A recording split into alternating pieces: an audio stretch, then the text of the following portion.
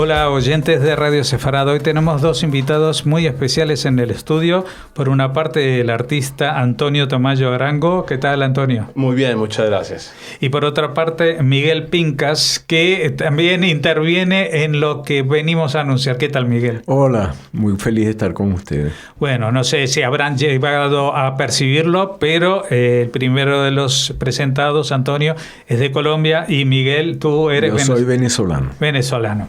¿Y qué es lo que tienen en común y por qué están hoy en día aquí en el estudio de Radio Sefarad? Pues el señor Miguel Pincas ha comprado un cuadro elaborado, pintado por Antonio Tamayo, y que está donándolo a la Federación de Comunidades Judías de España. Así que si alguno en el futuro tiene una visita aquí en la sede de la Federación de Comunidades Judías en Madrid, pues podrá disfrutar de este cuadro que nosotros les ponemos una fotografía de él, pero que evidentemente esto se tiene que vivir en directo.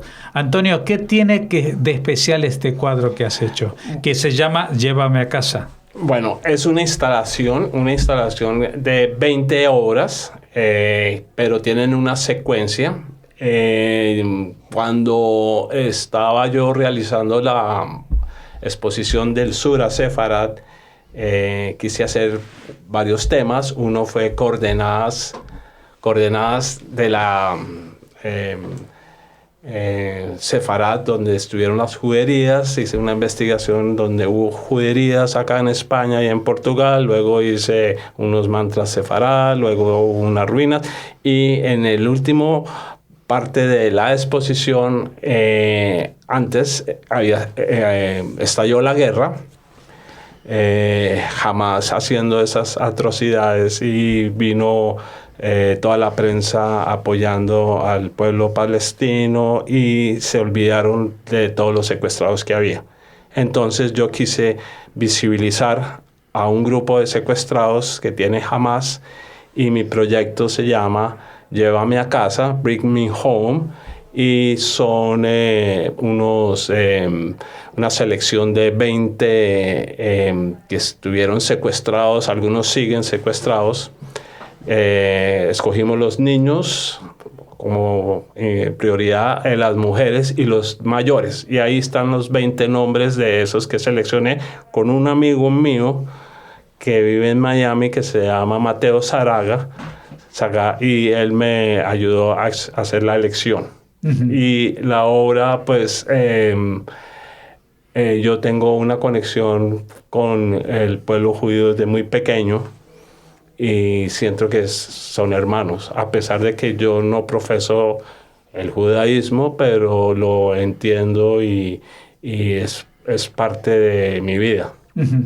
Bueno, aquí ya sabes que desde el año 2015 hubo un proceso de regularización de los descendientes de judíos sefardíes, y había muchas peticiones de Colombia de gente que de alguna manera sentía, a veces es muy difícil demostrarlo, pero que eran originarios de familias judías y que llegaron a Colombia, desde la península ibérica, pues ocultando su origen, pero que en algunos casos esa tradición de tener algo especial también se conservó. En tu familia me llamaba la atención que es tu tercer apellido, Santa María, sí, que es un apellido de conversos, pero también de cristianos. Exactamente, y el Caro, que es mi abuela. Entonces, a raíz de esa ley que da España, apliqué, y pues hoy en día tengo la nacionalidad española por ese caso de reivindicación al pueblo judío sefaradí, y pues me dieron la nacionalidad española, pero no me quise quedar ahí, quise investigar aún más qué era ser sefaradí. Uh-huh. Y entonces me metí en ese mundo maravilloso y salió esta obra. Y volveremos a esta obra, pero vamos a hablar un poquito con Miguel. Miguel, tú estabas de visita aquí en Madrid, o cómo fue que diste con este artista y esta exposición? Sí, el año pasado yo paso temporadas de 2-3 meses al año. Me encanta Madrid, es una ciudad espectacular. Además quisiera mencionar que mis padres durante la guerra pasaron por aquí y todavía existe el lugar que se llama el restaurante Edelweiss, que en su época ya no es de comida alemana, pero había una pensión arriba donde ellos estaban y tenían ese placer de oír a los nazis cantar abajo. Y luego de ahí se vinieron a Venezuela en el año 42. Nosotros somos de origen yugoslavo, de Serbia y de Croacia. Soy croata y soy español y venezolano. Y o sea, tienes una colección de pasaportes. Tengo una elección y estoy muy feliz. Y tengo que decir que en estas épocas tan difíciles para todos nosotros, donde vemos en realidad la incapacidad del ser humano de ver al otro como un ser igual que él, y que tiene esa capacidad de odiar a niveles tan altos. Entonces nosotros nos hemos enfrentado todos a eso. Así que pueden imaginarse que llego yo a una pequeña galería, comienzo a ver cosas allá, que por cierto la que hacía esa exposición era alguien que yo conocía de Venezuela, y de repente me enfrento con estos paneles con unos nombres en hebreo y digo, caramba, ¿qué será esto? Y me acerco al artista, que hoy en día es un querido amigo, y le pregunto, señor Tamayo, todavía no estábamos de Antonio, ¿me podría decir por favor qué es esto? Y dice, mire, esto lo hice yo en nombre de los secuestrados, en homenaje de ellos. Si yo no me puse a llorar en este momento es porque había demasiada gente ahí. Pero a mí me tocó el alma de tal manera que alguien colombiano, de alguna manera hermano también, que no es judío, tendrá algún antepasado judío, pero que haya tenido esa capacidad, entonces yo enseguida se me despertó el alma. Enseguida dije, caramba, cuánta gente buena en este mundo. Y yo decidí que eso, porque yo no tengo paredes donde colgarlos aquí, quisiera donárselo a la comunidad, y ahí me acerqué a mi querido Isaac Kerub, y él fue el que organizó para que nosotros pudiéramos hacerlo aquí. Así que para mí es un honor estar con ustedes, me toca el alma, el trabajo que ustedes hacen es maravilloso, y tantas cosas. Mi pasado sí es sefaradí de verdad, y nos mantuvimos. Y para mí es un placer estar con ustedes y tener esa posibilidad de ver a Antonio colgar los cuadros que va a colgar ahora. Espero no me cuelgues a mí en el proceso. Y estar con ustedes. Pues muchas gracias. Nosotros más honrados todavía. Y mencionabas a Isaac Kerub, que aparte de haber sido presidente también de la Federación de Comunidades Judías de España, es un gran coleccionista de arte sudamericano. Yo lo he visto en su casa, maravilloso. O sea, maravilloso. que de alguna manera estabais predestinados a encontraros, ¿no? Sí. Te quiero hacer un paréntesis acá en una reflexión profunda que he hecho yo, y de investigación y de historia. Pues este es como mi granito de arena que estoy aportando para sentirme que estoy en el lado correcto de la historia. Y pues no muchos piensan como yo, pero pues yo respeto a todas las personas como piensen, pero esto fue un acto un poco de valentía en el momento en que todo el mundo se volcó en contra de una nación, de un pueblo que ha sido sufrido, y la historia la están, para mi investigación, para mi forma de vivir, por lo que pienso, está un poco tergiversada, hay una mala información, se apoderaron de los medios, y esta pobre gente secuestrada que no tiene nada que ver está sufriendo, sus familias, y también el mismo pueblo palestino está sufriendo. Entonces esto que hago yo es digamos la razón de mi vivir, de mi existencia. Me da mucha alegría poder visibilizar a estas personas. Bueno, tú hasta hace poco, o sea, el tema de sefardí o judío o israelí en este caso también, ¿no es una constante de toda tu vida? Un poco sí, porque yo me crié con judíos. Entonces el colegio mío, donde yo estudié en Bogotá, tuve muchos compañeros judíos que fueron grandes amigos, y conocí sus casas, conocí su cultura, su religión un poco, porque yo venía de un mundo demasiado católico cristiano en que oía la palabra judío y era como algo raro, y vi que eran personas lindas. Hasta me enamoré de más de una niña del colegio porque era judía. Miriam, tengo todos esos bellos recuerdos. Y fíjate cómo es la vida. Luego de esa experiencia salgo del colegio, estudio en Nueva York y consigo un estudio que es en la calle 47 en el Diamond Street, donde está toda la comunidad Hasidic. Y ahí, pues, ahí hubo todas las fiestas judías, me invitaban, ¿no? Yo ya pasaba dentro de la comunidad, inclusive la Hasidic, que era la más ortodoxa. Además, en esa época tenía barba y salía con gabia. Yo me entraba como pez en el agua. Estaba mimetizado con el entorno, pero aparte digo de que si en Colombia ya conocía judíos, en Nueva York ya es muy difícil no conocer a los judíos. Exactamente. Entonces, bueno, yo me puse a leer la historia, que tú la conoces muy bien, Miguel aún mejor. Lo que está en conflicto, pues los que sí saben de historia, pues tendrán que ser justos con el pueblo israelí. No oigo más. No, pues volveremos a ti, pero Miguel, tú, aparte de esta circunstancia de haber descubierto en esta galería este cuadro que te emocionó, tú estabas viviendo en Venezuela. ¿Sigues viviendo en Venezuela? Yo sigo estando ahí. No voy ahora por razones también, digamos, de que yo estoy haciendo mi tratamiento. Tengo miedo de entrar y no poder salir. Ajá. Además tengo el privilegio de ser amigo de gente de la oposición. Tengo el primo mío que fue embajador en Israel, también de origen yugoslavo. Y Venezuela, que tenía 27,000 judíos, hoy apenas tenemos de 3.500 a 4.000, todavía sigue vigente. Fue una comunidad extraordinaria, hacíamos de todo, hemos dado mucho al país también en todos los sentidos, en medicina, ciencia, arte, teatro. Si no me equivoco, hay un premio Nobel judío por ahí también, ¿no? Sí, había un premio Nobel, ahorita un doctor. Era un doctor, sí. Pero él se había ido rápidamente de Venezuela. Bueno, pero esto es como con el nuevo Papa. Ahora tiene todo el mundo, dice, no, es peruano, es americano. Reza en quechua. Sí.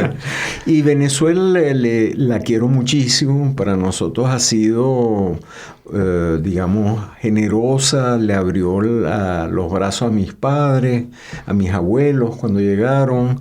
Después de ese periplo tan largo, pasando por el Adriático, por las manos de los italianos, que mis padres solamente tienen buenos nombres para ellos. ¿Tus padres, salieron de esa zona a principios del siglo XX? No, ellos salieron durante la guerra. Durante la Segunda Guerra Mundial. Sí, señor. Ajá. O sea, el año 41, cuando hay el primer bombardeo de Belgrado, mi padre sale y se va al sur y allá conoce a mi madre. Él tenía 21, 22 años, mi madre 16, que estaba con sus padres. Y en ese momento llegaron los italianos que venían del sur y ellos los concentraron, pero eran protegiéndolos más que... Y ellos hasta se recuerdan que en el campo donde estaban reunidos para Yom Kippur llegó una Torá y los soldados hasta la saludaron y todo entrando. Y solo tienen las más lindas palabras. Pero sí tengo que decirles algo, que el que nos salvó, y para que vean cómo son las contradicciones las cosas, y como mi padre dice, nunca piensen mal de nadie, fue un cura alemán. Así que imagínense, un cura que nos botó de... Sí, pero los curas en esa época en Alemania tampoco estaban siempre bien vistos. Y alemán, que fueron los que mataron a casi toda mi familia, y los padres de mi padre, etcétera. Entonces, en ese sentido, y siempre estoy claro que hay dos tipos de personas, gente decente e indecente. Venga de donde venga. Pero en Venezuela, la mayoría de los sefardíes eran de esa parte del Imperio Otomano, ¿no? Eran marroquíes. La mayoría marroquíes. Más parecidos a los que es la comunidad judía aquí en España. España, exacto. Y con muchos nexos aquí con la comunidad aquí en España. pero la mayoría de los sefaríes sí había digamos, de Tesalónica, unos cuantos. Hay gente que pasó, yo me acuerdo, tengo unos amigos que venían de Rodos y nacieron en el Congo. Ah. Y del Congo se fueron a Bélgica, de Bélgica llegaron a Venezuela. O sea que las vueltas que da el mundo es impresionante. Bueno, ya es que la historia cuando uno, como en mi caso, entrevista a judíos, resulta que es muy difícil encontrar uno que solo sea de un país. Correcto. Que haya vivido en un país, ¿no? La diáspora. Pero es que los países van cambiando y aquí tenemos un colombiano y un venezolano, pero cuando era la época de la conquista española eran de el mismo virreinato, ¿no? Sí, el nuevo reino de Granada. El reino de virreinato de Granada. Sí. Y tenían ahí todavía a Bolívar. Bolívar es nuestro libertador. Que es el libertador. Las 6 naciones. Exacto. Y también Panamá estaba en el Claro, Panamá, Perú, a veces Bolivia. tenemos dudas si no debíamos habernos quedado en el reinado. Sí. Eso pasa con muchos países de América Latina que... Pero fíjate cómo es la vida. Hoy en día Miguel está afuera, casi exiliado, como estoy yo ahora. Sí. Y mi país va por el mal camino. No quiero decir más, pero... Sí, no, ya. Entonces... que está más cercano. Antes Colombia era hacia donde huían muchos de los venezolanos y hoy en día ya no saben para dónde ir, ¿no? Exactamente. Estamos en una situación que la tuvimos en película. Yo pensé que la gente pues no iba a caer en esa película, pero ya estamos en la película. Y ya llevo casi 3 años aquí viviendo con mi mujer y no sé si ya hay familiares todos que pues tuvieron la nacionalidad y no sé si vendrán. Claro. Pero tengo un hermano ya, el menor, está viviendo en Lisboa con la mujer y tengo unos sobrinos acá. Tenemos esa incertidumbre. Bueno, pero si tú que estás reivindicando tus raíces lejanas y posibles orígenes judíos, que sepas que se sobrevive al cambio. Se sobrevive al cambio y enriquece también, ¿verdad? Sí, absolutamente. Sí. Porque uno tiene perspectivas muy distintas cuando está en un sitio. Claro. Yo te voy a contar una historia personal mía. Yo nací en Argentina y me fui con 18 años a vivir a Israel. Y cuando salí de Argentina y llegué a Israel, miraba los periódicos y digo, pero no habla nada de Argentina. O sea, si allí todas las noticias eran sobre que Argentina era el centro del mundo. Porque claro, tú estás viviendo en Colombia y Colombia es el centro de todo. Correcto. Y bueno, y entonces uno, eso ya... Cuando me fui de Israel no me volvió a pasar, porque te vas de Israel, pero todo el mundo sigue hablando en las noticias sobre Israel. Ese sí que sigue siendo una especie de ombligo, por lo menos de los contrastes y los choques. Miguel, tú en tus viajes, ¿a qué te has dedicado? Porque te veo muy viajero. Bueno, nosotros teníamos, mi padre muy francófilo, entonces él quiso que nosotros nos educáramos en el idioma francés y mi hermano desde el año 62 vive en Suiza y yo hice ahí mis estudios, luego fui a Estados Unidos, luego de ahí regresé a Venezuela, teníamos una compañía que fundó mi padre de representaciones, equipos fotográficos, médicos, ese tipo de cosas, pero llegó un momento que ya no se podía, entonces, pero siempre viajamos, yo no sé si eso era algo ya que tiene que ver con el DNA o no, pero tengo mi familia regada por el mundo. Tengo una hija en Miami, tengo una hija en Londres con 2 nietas y tengo un hijo en Montreal. Todos ellos son canadienses también, por si la mosca, yo no. Así que me la paso visitando a cada uno de ellos. Ahora con Trump ser canadiense no sé si es un pasaporte muy seguro tampoco. No es. Y yo para entrar a Estados Unidos lo hago vía Montreal porque está ahí la inmigración. Entonces si no me dejan entrar me quedo allá en mi casa. Ya. Sí. Bueno, cuéntanos un poquito más sobre esta obra, porque me imagino que para un artista, bueno, siempre que emprende un trabajo, tiene muchas ilusiones de qué es lo que quiere comunicar, pero seguramente pocas veces te habrá pasado que tu mensaje se entendiera tan a fondo como cuando vino este señor. Sí, eso no había pasado. Y te voy a decir con todo corazón, nunca había yo tocado ningún tema que no fuera, digamos, artístico. Digámoslo. Abstracto, ¿no? Sí, abstracto, artístico en el sentido de compromiso. Ajá. Porque yo sabía que esta obra iba a comprometer para las personas que sí la sintieran, y eso me haría hacer como una unión, un bond con esta gente.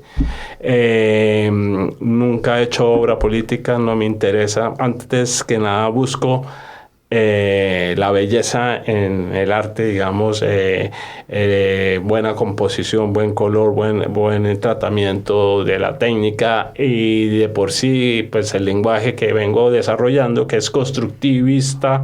Vengo del mundo de la Escuela del Sur de Torres García, el gran uruguayo, que dejó en todos los grandes museos del mundo una huella de una forma de pensar diferente a la europea. Y yo cogí bastante de esas ideas y las mezclé con ideas de la Escuela Abstracta Expresionista de Nueva York, que fueron mis profesores en el Art Students League. Y a raíz de que he vivido en varios lugares, he vivido en las ciudades, mi obra es un reflejo de ese caminar por las ciudades. Uh-huh.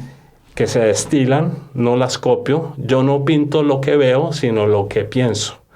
Y al pensar lo que me han dejado las ciudades, las huellas que uno deja sobre todos los andenes o aceras o pavimentos, ahí han dado humanidad. Esa imagen se destila y yo la proceso y la vuelvo, digamos, real, sin copiar lo que veo. Uh-huh. Bueno, la verdad que podríamos estar aquí hablando mucho tiempo, pero evidentemente tenemos que hacer también otros programas y tenemos solamente un estudio, así que os voy a agradecer por haber compartido estos minutos con nosotros, y también porque gracias a vosotros vamos a compartir también esta visión de lo que es Sefarad, la Sefarad hoy, digamos, y el hoy no solamente como algo abstracto, sino que es hoy, porque lo que tú reflejas en esta obra tiene que ver con una visión muy condicionada por la actualidad del secuestro de estas personas y la situación que se vive. Muchas gracias, Antonio Tamayo Arango, y también muchas gracias, Miguel Pincas, por habernos acercado a este artista y dejarnos su recuerdo aquí en las instalaciones. Gracias a ti, muchísimas gracias, de verdad. Muchas gracias y un placer.